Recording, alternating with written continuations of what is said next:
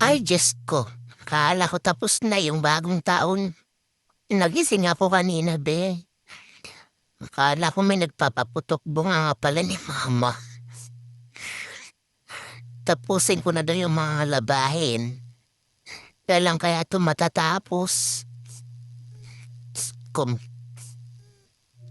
Ito na yata yung New Year resolution ko na matapos na yung labahin. Kasi alam niyo, di pa nga ako tapos maglaba. Naghihintay na naman yung tutupiin. Kahit talaga may hangover pa kailangan tumayo. Kasi pag hindi ako tumayo, ay sigurado.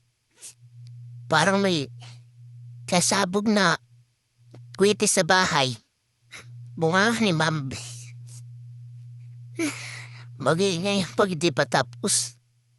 Ba, binis over ko na lang. Para, nakita nyo naman, para na ako dyan si Flash. Ang bilis.